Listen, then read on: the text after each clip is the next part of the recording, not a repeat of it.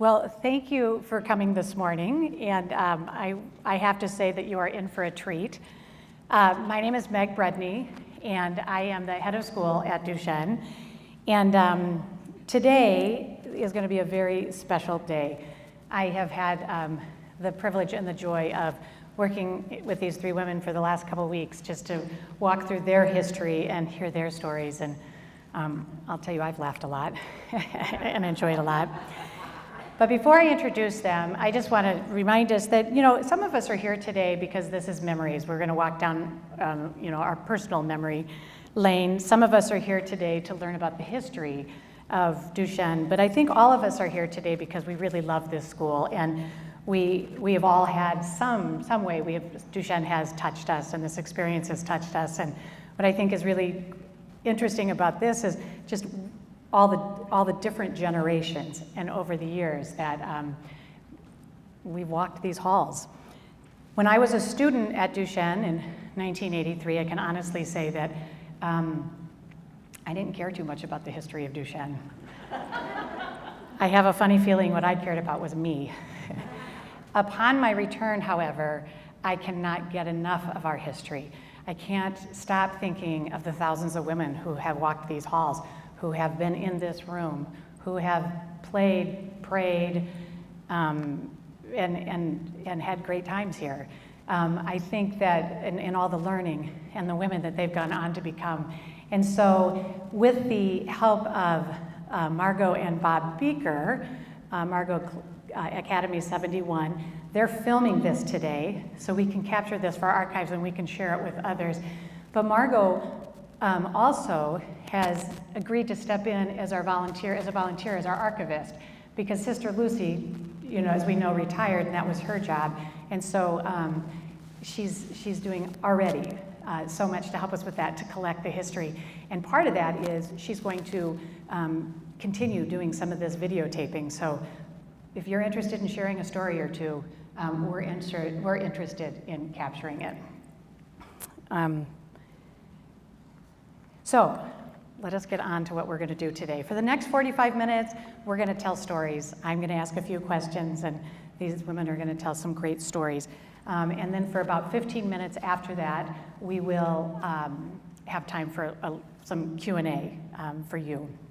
So now, without further ado, I'm sure you all know these women, but I would like to introduce Marilyn Curran Ryan. These are all women from the Academy class of 1949.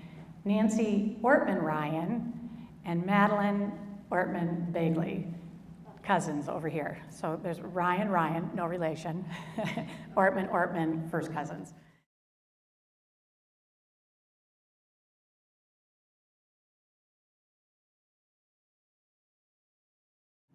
So let us begin. I guess before we get to the Academy, let's just set the stage. What was it like in 1949? I guess you were here from 45. What was happening in the world during that time? You guys.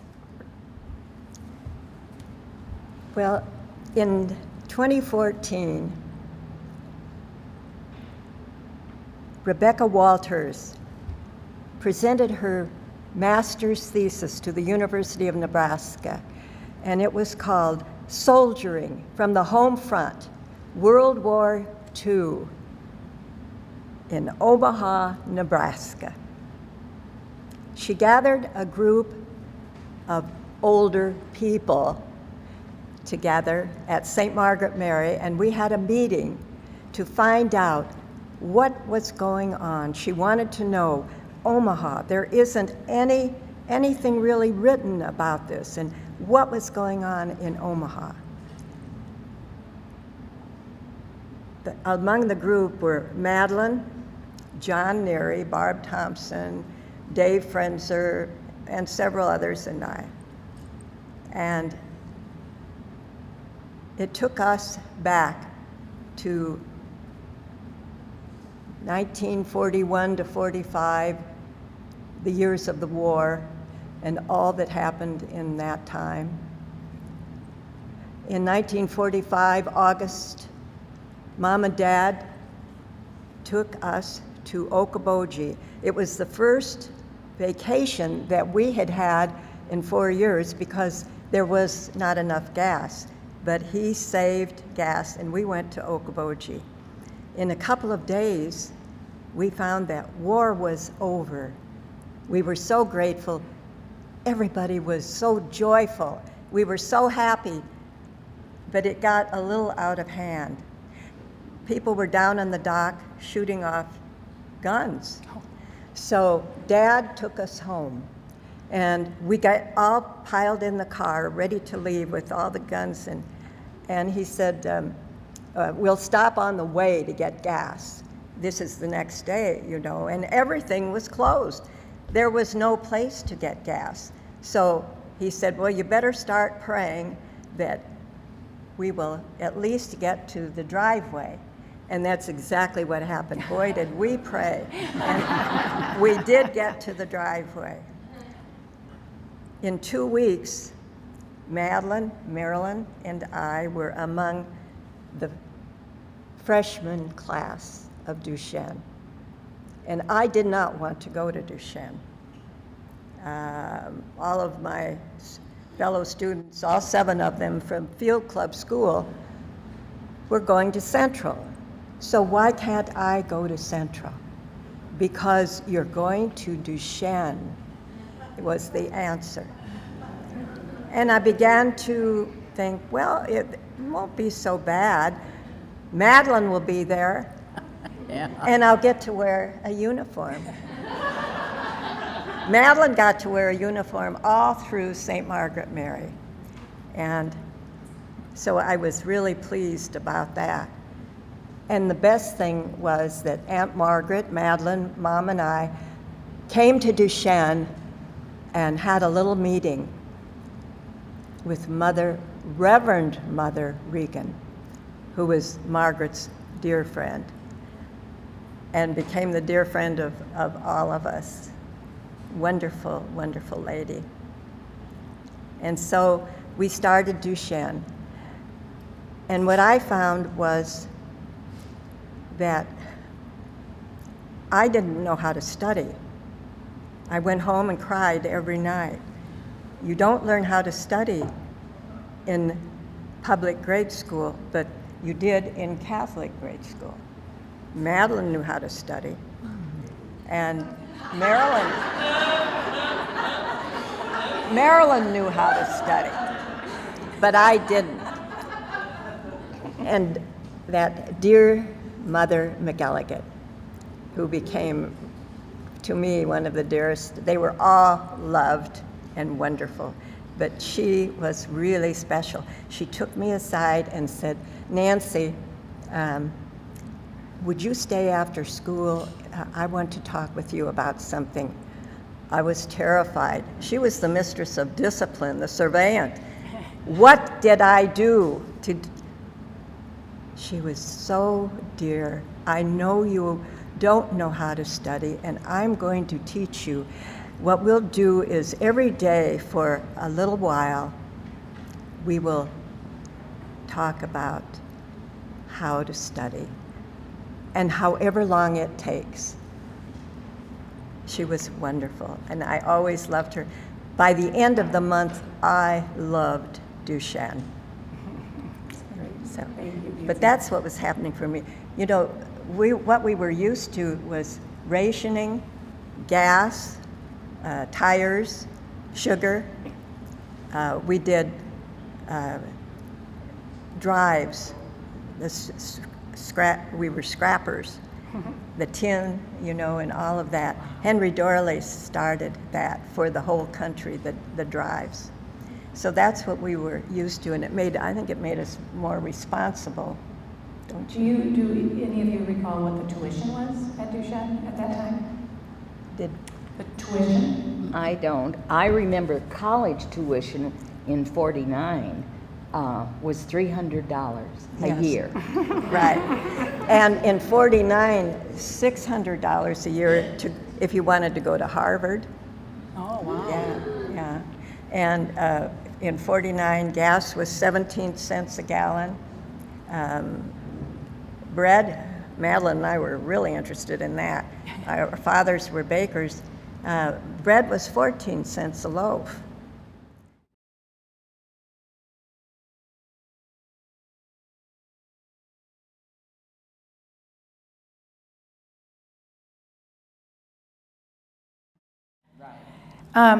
So Nancy, you started to talk about coming to Duchesne, and so that's going to lead me right into, let's just get right into what it was to be a student at Duchesne from 45 to 49. So if one of you want to start off to just talk about just what was your daily life at Duchesne like, or a day in the life at Duchesne as a student? Why don't you? Yeah. Me? Okay. Well, we entered Duchesne by a little door on 36th Street, and I think the door is still there. And we didn't have lockers. We had hooks. We weren't carrying backpacks. We had our books in our arm, and we were in silence once we came in that door. Hung up our coat, went up to the second floor where we had a study hall, and each one of us had a desk. And it's over here. Okay, there is one of our academy desks and chairs, and the entire study hall was full of desks. It was silence. There was a platform at the front of the study hall, and one of the RSCJs would sit there and monitor us, and then you had the huge imposing statue of Mater looking down on us too. And we were allowed to open our desk at that point and put in our books and take out what we would need, and sit there until class started. And then, here, one of the nuns whoever was monitoring, you remember that sound? And we would be allowed to stand up and gather our books and get in line. And I think they clicked it again when we could move. We went 2 by 2 in silence to our classrooms. And when we got to the classroom, we had assigned seats, and they were usually alphabetical. And I sat between Betty Ann Code and Jean Daly, because I was also, and they both were laughers, if you can remember. That's just a very strong memory of trying not to laugh, and we were always in the front row. So I wasn't quite as studious as Nancy makes out, but anyway, I got through. But we had, do you want me to talk about the curriculum? Yeah, well, before that, what about the uniforms? We had talked about that a little bit, and the reason I asked that is because I'm not sure if everyone saw Barb Fitzgerald. This was one of the spring. Summer uniforms, the spring uniform. Barb, would you like to stand up? We could. You might be able to just talk about Barb's uniform. We actually had 3 different uniforms. Our main uniform was navy blue wool, and it was kind of heavy and scratchy, and it was an Eton jacket and then a pleated skirt. And we had a white blouse with Peter Pan collars and cuffs. And of course, in those days, you ironed everything. So that was the main uniform. We also had the same style uniform, but it was white for special days, for feasts and visitors, etc. Excuse me, etc. But then when it got warm, we were allowed to have a summer uniform, and they were the golfers. And they were in different pastel shades, pink and orchid and yellow, light green maybe. Inside our desks, we each had a manila envelope, and inside the envelope was our veil that we clipped to our hair with a bobby pin for chapel, and our white gloves. And you had to keep those clean, and they weren't always clean. So that's pretty much what our day was. Everything was in silence. What happened if somebody was not in silence? The gigglers, the ones that, what sort of discipline? Well, you would get points off at preem, and I think most people remember preem. I don't know when they stopped preem. But they didn't kind of catch you at that time, or no detentions, no? I think they just had a look at you. I mean, you know, they.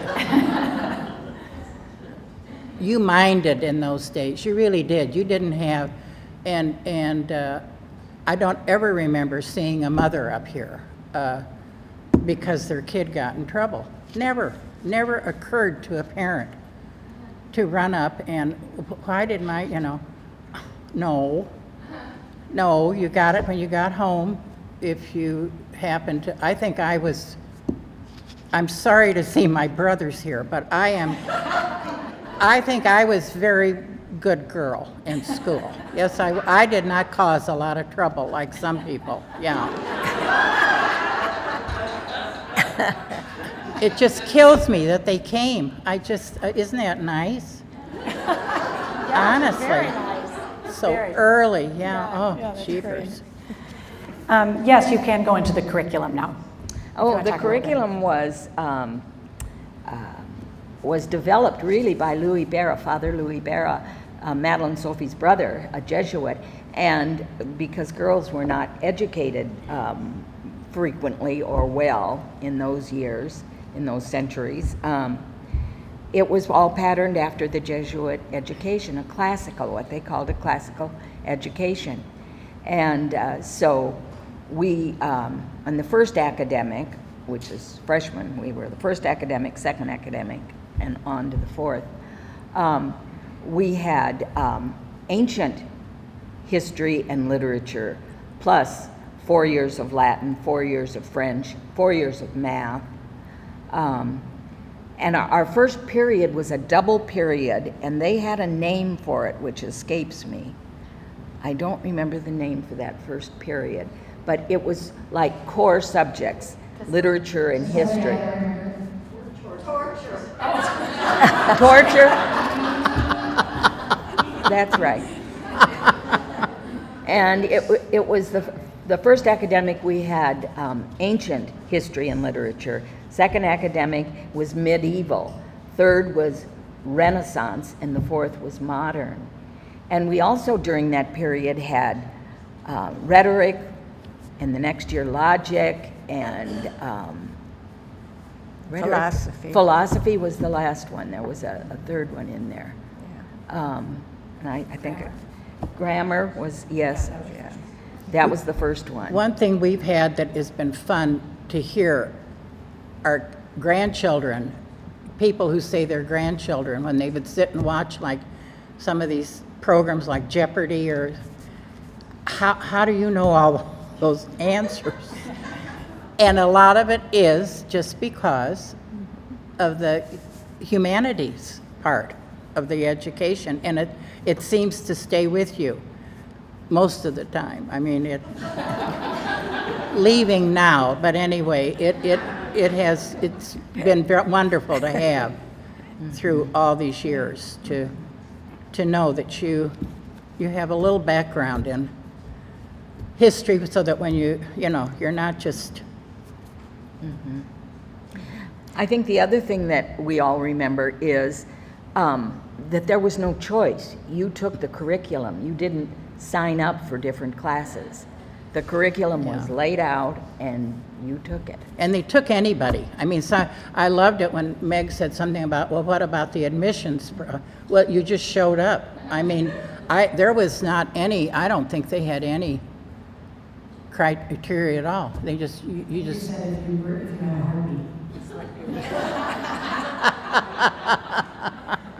I think that was for our generation, my generation too, so it's a little different now. Well, I have a report card here, and I saw that in addition to Christian doctrine, psychology, history, all those things that you talked about, there's a whole list of things like recitation, diction, personal appearance, and my favorite, the response to training, observance of school rule, courtesy, cooperation, order, recitation, spelling. So those obviously were a very big part of your education as well. They were. Mm-hmm. I see some very good marks here too, so. We can thank Joanne Franken-Klosner for that. She saved it. Yeah, that's Joanne's report card. Just for you to know, the program we have today, on the back, we put a glossary of definitions for some of the things, just reminders for some or for others, because things were called different things back then. They had different names. And if you want to just go through some of those, Marilyn, that would be Well, great. thank you, Reverend Mother. Head of school was Reverend Mother, and the principal was the Mistress General, and the Dean of Students was the Surveillant. Business office, we had a bursar. Mother Harder was the bursar. Mother Dorsey was the, Mother Dorsey was the Mistress General. yeah. Mother McGilligan and Mother Nodum were both surveillants through the years that we were here. We didn't go to the cafeteria, we went to the refectory. And we were served family style at tables by the sisters, not the mothers, but the sisters. The RSCJs was very similar to the Jesuits in that the Jesuits have priests and brothers, and the brothers do the daily work of taking care of the place, the grounds, etc. That's pretty much the same way with the RSCJs. The sisters cooked and cleaned, and they served us our meals family style. We had assigned places at table. A senior was the head of the table, and a junior was second in command, I suppose. And then the freshmen and sophomores filled in. And I think that's where some of us I know I did, lost points at preem for doing things like shaking the Jell-O. They didn't say that, though. They said, manners in the refectory. And if my sister Colleen is here, she got points off. She's over here. Colleen got points off for handling her companions. Wow. And I did ask her, what did you do? And she said we were in line leaving the recreation, and she put her hand on Lois Ann's shoulder. And that was handling your companions. I sneezed, and everybody laughed, so I thought, oh, I'll do it again. I sneezed again. And I got points off at preem. Oh my gosh, that is good. Well, you are talking about preems. Could you just talk about that a little bit more? What were preems? Did we what? Talk about preems. Madeline. They had it every Monday morning, and Reverend Mother would sit at front of those two doors down there, and the chairs were turned around to face that door, and we'd all go down by class and then stand in a semicircle, curtsy before her, and then you'd get the reading of the, they'd read your name, and if you had Trey Bien, Assay, Bien, yeah, and then Rian, nothing. Never, anyway, I guess there was once, but We won't. we won't go into that. Very seldom, you usually got points. They gave you très bien, but points for politeness. And a lot of times, I came here after, with my mother saying that I had a heart murmur, which I did after having rheumatic fever. So the nuns let me ride the elevator, that little thing that they say is the oldest now in Omaha. It's still working. When it was working, it was the oldest working elevator in Omaha. Now it's done working. Oh, it's done? Yes. Well, like me, just about, I tell you. But when it was, that was the elevator. And they would run to open the door, and then I'd pop out of it. And of course, they'd be mad because they would be trying to get the politeness medal for the ones who were really good. You got a medal, and you got to wear it then through the week. And you had doctrine, math, French, politeness, all little medals, right? Order. We got a medal for order. And order. They knew how to program, boy, I'll tell you. But anyway, it was fun, and it was, they had the, what do you call it, infirmary, because the nuns were cloistered. They couldn't leave the building. So they had a, like where the doctors would, you'd, like if you didn't go to the hospital unless you were probably dying, you got to go. But I don't think otherwise, that they took care of you here, except they said during the war, they were allowed to go to the doctor's office for appointments, to leave the, but I remember when there was the Kellys lived over here on the corner, and there was a death while we were in high school of somebody in their family. They had a big family anyway. And Mother Kelly was here at Duchesne. She couldn't go across the street to the wake. They waked them at home a lot then. And that always left an impression on me. I thought, gee, wow. But they knew it when they entered, that was the life, that they were not going to be going. So you think of that, of somebody giving up that, right? Wow. You just think, well, no wonder when the thing came in '64 that so many flew away, because, no, I mean it, there's certain things that just are kind of against something. Yeah.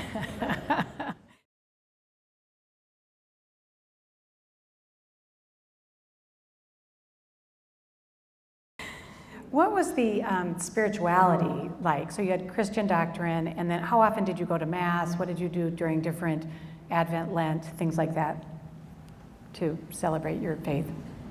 I don't remember Hardly going any, yeah. to Mass a lot. Those special feast days we did. But I can't remember that we had like weekly or monthly Mass. We certainly had religion. We memorized scripture. We not only had a Christian doctrine class, but in that first torture class, thank you, I think we frequently started out reciting the scripture that we were told to memorize. We did. Well, during Lent and Advent, the thing that I remember is when we went to the refectory there and ate lunch, it was silence, and one of the nuns was at a podium reading to us from some Lives of the Saints. Sister Josepha, does anybody else remember Sister Josepha? Oh, yes.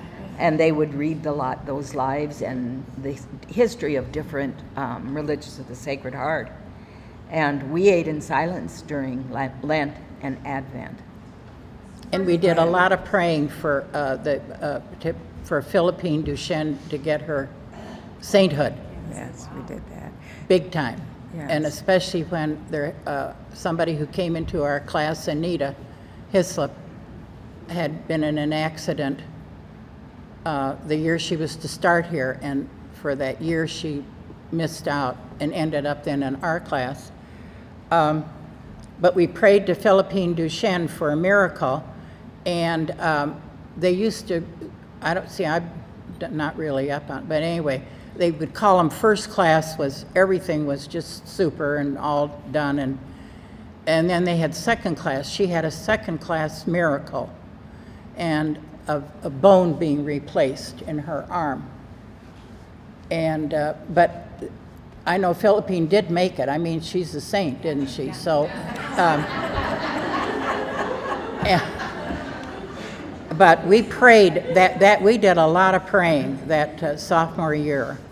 And then Anita joined us our junior year, and we all thought a saint was going to be walking down the hall because of what she had gone through. And she was not, no. She loved to visit. Nita was a visitor, just such a chatterbox. And I know it, because you couldn't ignore it. She just, and there were so many that wanted to visit with her, so anyway, but it was she entered the religious in her junior year of college from here, and became a religious of the Sacred Heart. And I think that her year in San Francisco, where the nuns saw to it, the nuns from the school there, saw to it that she had company every single day. Students or a teacher, somebody was with her, because Grace had to come back home to be with, she had 5 other children here in Omaha, couldn't leave, but they left her there in a cast, like from her neck to her, almost to her knees. And I thought of that. I often think of that bonding of the Sacred Heart and the girls, and she made good friends. I mean, they were, yeah, it was a deal.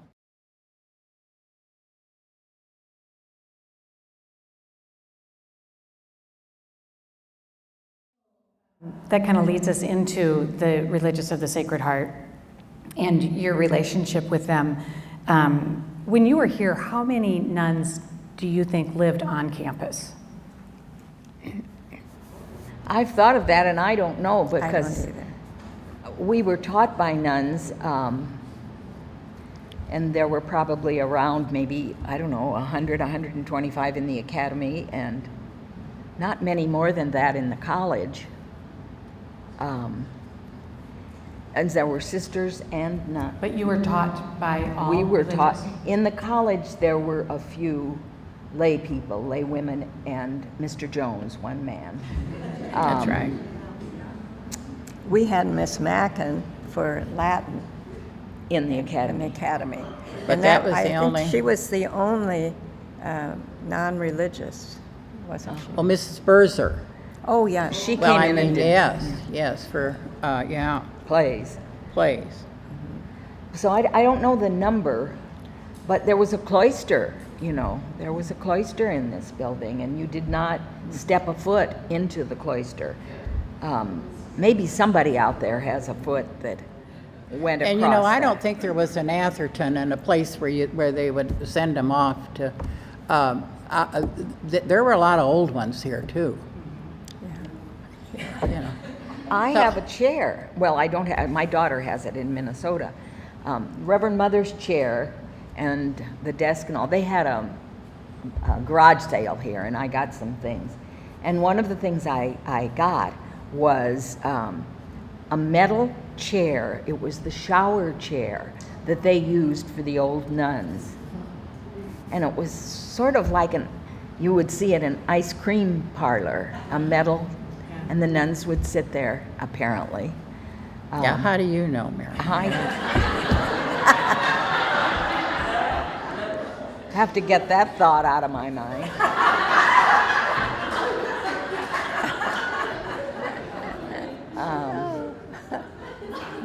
But the other thing was that I got in that garage sale was a dressmaker's form, because they must have made their habits or repaired them. And it was wire in the female form, but you could move it to make it larger. It expanded. And my daughter Peggy, who's an artist, has that in Minnesota too, but it still exists. I always check on it. You still have those two things?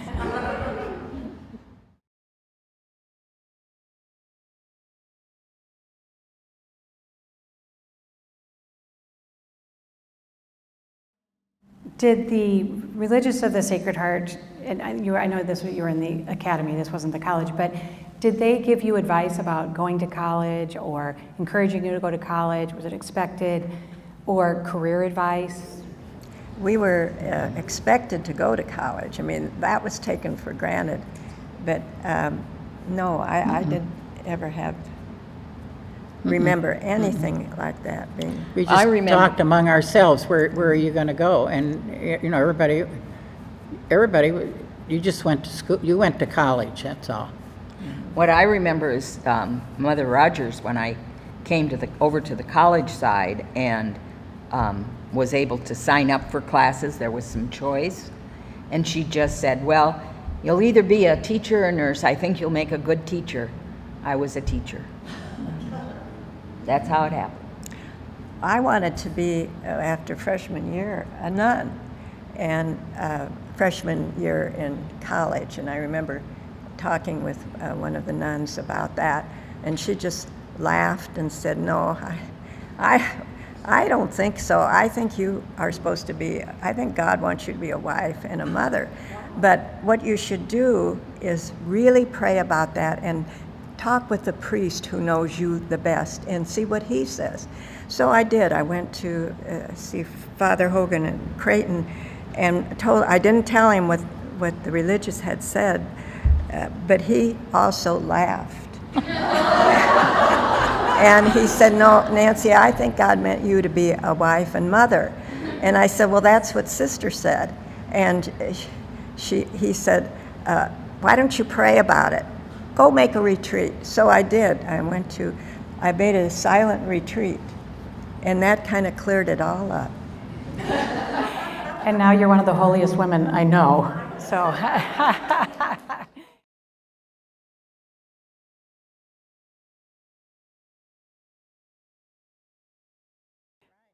Did either of you consider becoming a nun? I did. I remember, but I don't have a holy story like Nancy does. I just remember thinking that I would like to be a nun, but what I remember most is spending nights crying in my bed because I really didn't want to. And I'd started dating, and that was the end of that.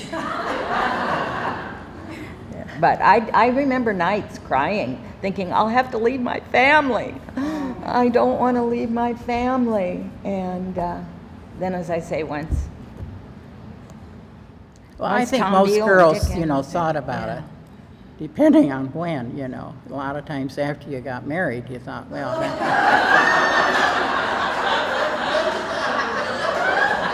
Betty Code. yeah. Betty Code. I think we ought to tell that story. Oh, Tell that story, well, Madeline. no, it is a wonderful story, but I'm going to tell it, okay? One of our good friends who is no longer with us, Betty Ann Code, got married, and when they were leaving town, driving west on wherever on Dodge Street, she started crying, and Joe, her husband, Joe Risco, said, "What on earth is wrong?" She was sobbing, and she said, "I think I have a vocation." That's a true story. That is.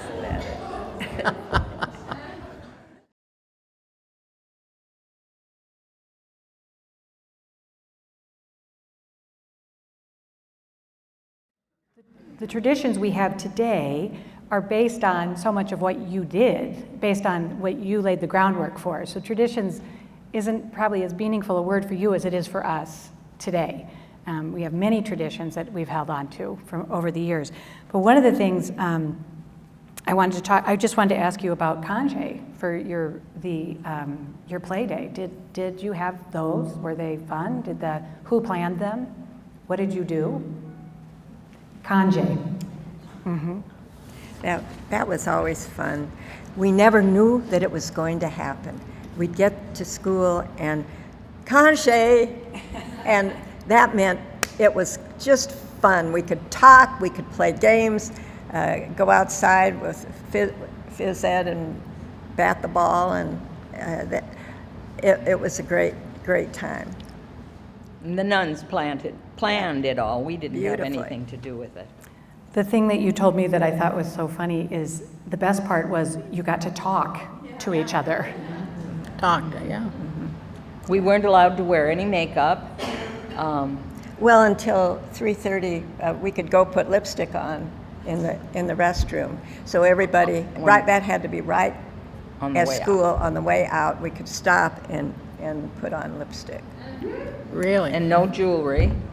There were no cars either. Nobody had a car. Nobody. No. Nobody was there lined up to pick us up either. You walked either to Dodge or what's that other street? Cumming. Or 40th. up here to 40th to get whatever and to hop on and to do, yes, indeedy. Yep. And it was just a different time. As I say, I never remember seeing anybody with a car. In the morning, we had to be here early, and so Dad and Mr. Gass, Joanne's father, and Mr. Holbrook decided that they would each take a week and of the month, you know, and so they went back and forth on that, and that's how we got there, the three of us. My dad, I Your would dad. go with my dad, yeah, Yeah. to work. I took the streetcar until we moved into Cathedral Parish and then walked. Yeah, Barb, I just was going to say, you know, at the time when we were in high school, the boys at prep were down at Creighton, down on 24th. So pickup after school, many of us got rides with the boys that would pull up and take the girls home. So it was that is very good. So Barb, if you didn't hear that, Barb talked about that the Creighton boys, which was going to be my next question here, the prep boys were located on Creighton's campus. And so the prep boys were the ones, the parents weren't driving up, but maybe the prep boys were driving up to pick up the girls to take them home. But she's bragging about being a lot younger, too.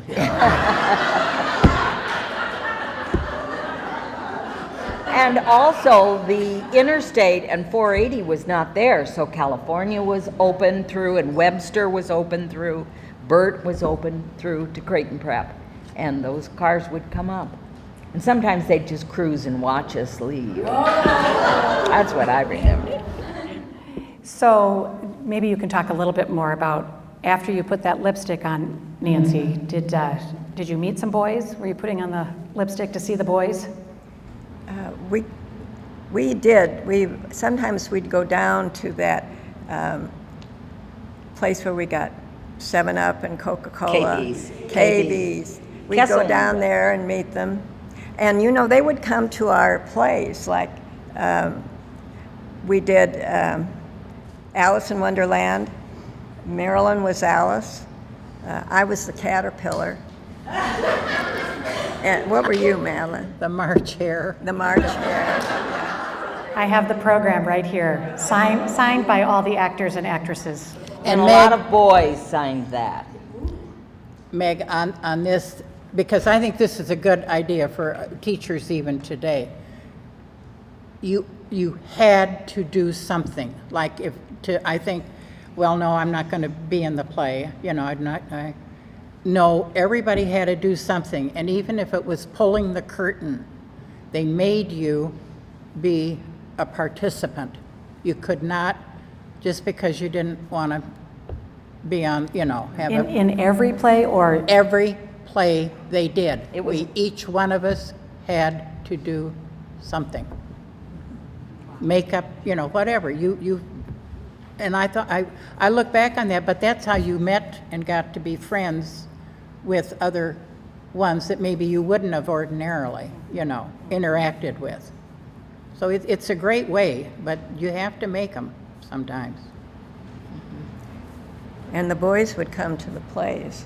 I still remember Peggy Lou Haney Langdon. Dear Peggy Lou. She taught Sally Korth and me to dance. And she was a beautiful ballerina. And we were kind of, you know, stumbling. But she did teach us well. And in every play, that's what Sally and Peggy Lou and I did. And I still remember, I think it was The Merchant of Venice. And one of the boys from prep who was here, Jim Bastian, and he said, oh, that girl on the left with the blonde hair, it was Sally. And they started dating right after that. So, you know, it's funny the things you remember. Because I forget so many things anymore.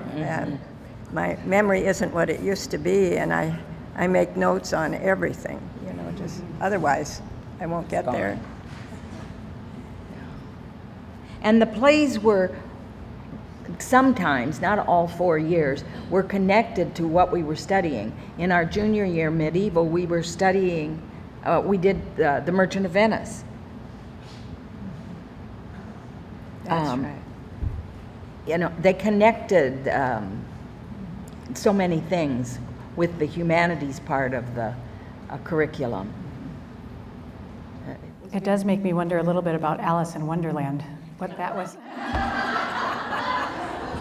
And I still remember the Jabberwocky. Oh my gosh. You know, why is that still in my head?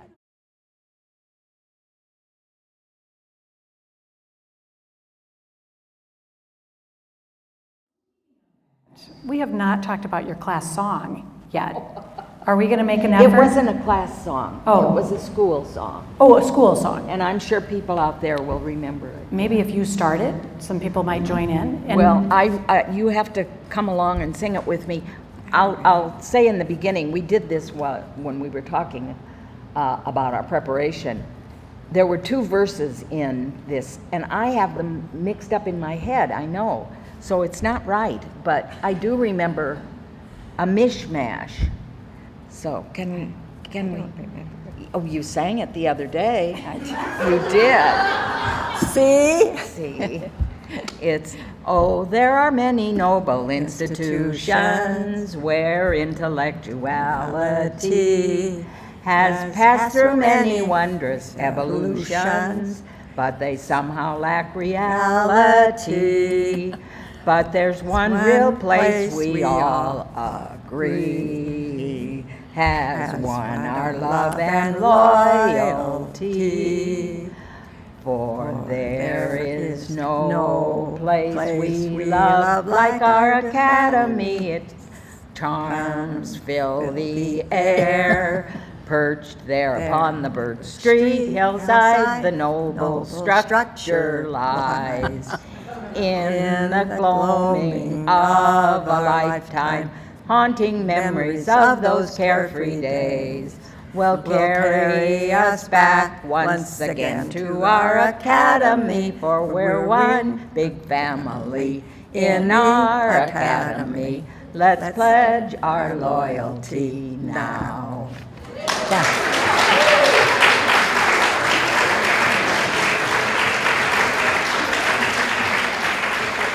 You did it. Don't any of you remember that? I think they got rid of it.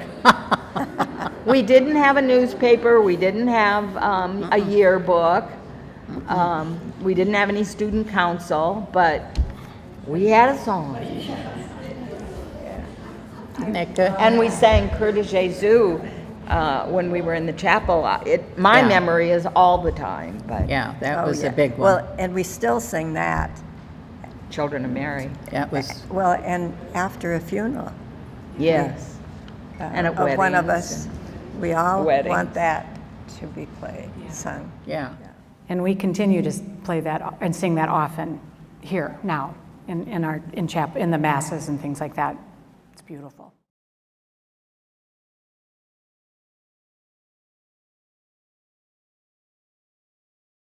So much of what you talked about is really different than what it is now.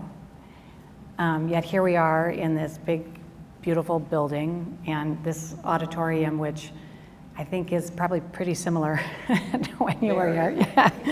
Hopefully one day that'll maybe change a little bit. But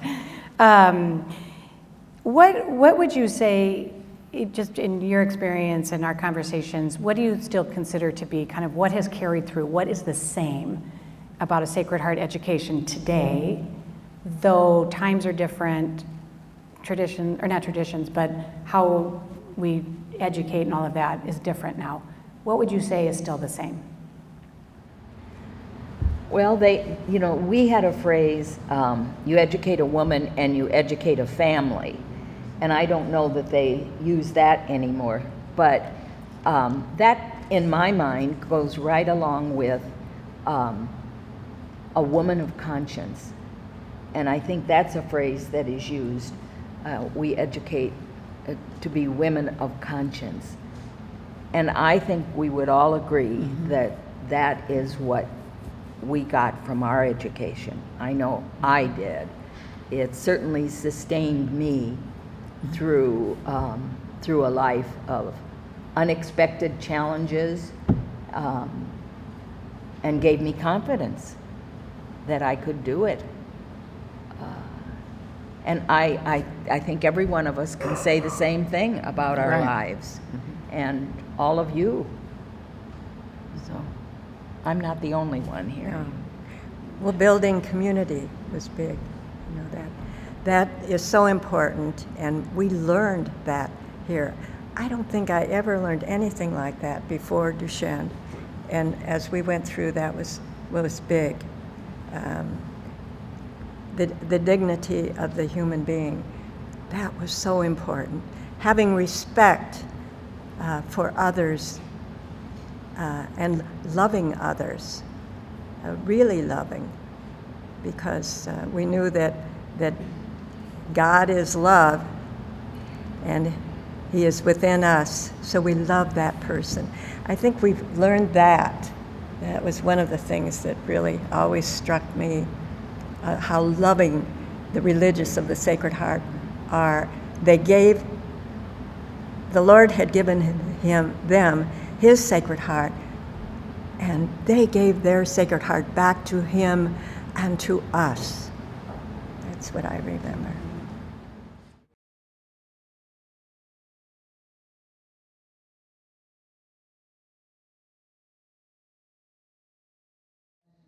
But how would you define a child of the Sacred Heart? And possibly you just did.